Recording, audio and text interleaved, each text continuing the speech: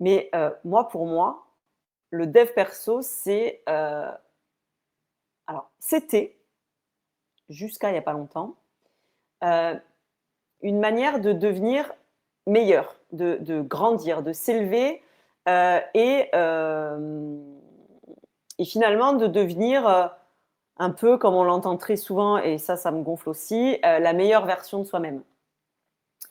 Aujourd'hui, je parle plus de dépouillement personnel parce qu'en fait, je me rends compte que ces 12 dernières années, alors oui, j'ai appris plein de choses qui m'ont permis peut-être de développer ma vision, mes compétences, et cetera. Mais surtout, ce qui a fait que j'ai, selon moi, grandi, c'est qu'en fait, je me suis dépouillée de plein de croyances de merde, de blessures, de enfin, j'ai fait la paix avec mon enfance, avec mes parents, avec les expériences pourries que j'ai pu vivre quand j'étais plus jeune, et cetera. Et en fait, aujourd'hui, je parle plus de dépouillement perso. Mais peu importe les termes qu'on emploie, l'idée, c'est de se reconnecter à soi.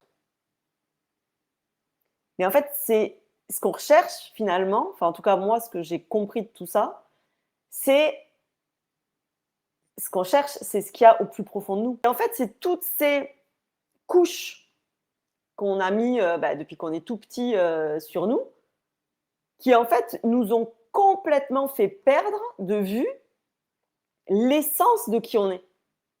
Et pour moi, le dev perso, c'est retrouver finalement, bah, si j'enlève toutes ces couches, qu'est-ce qui reste de moi? Il y a juste besoin que chacun retrouve qui il est et donc soit en paix avec lui-même, bah, ça part en cacahuète en fait.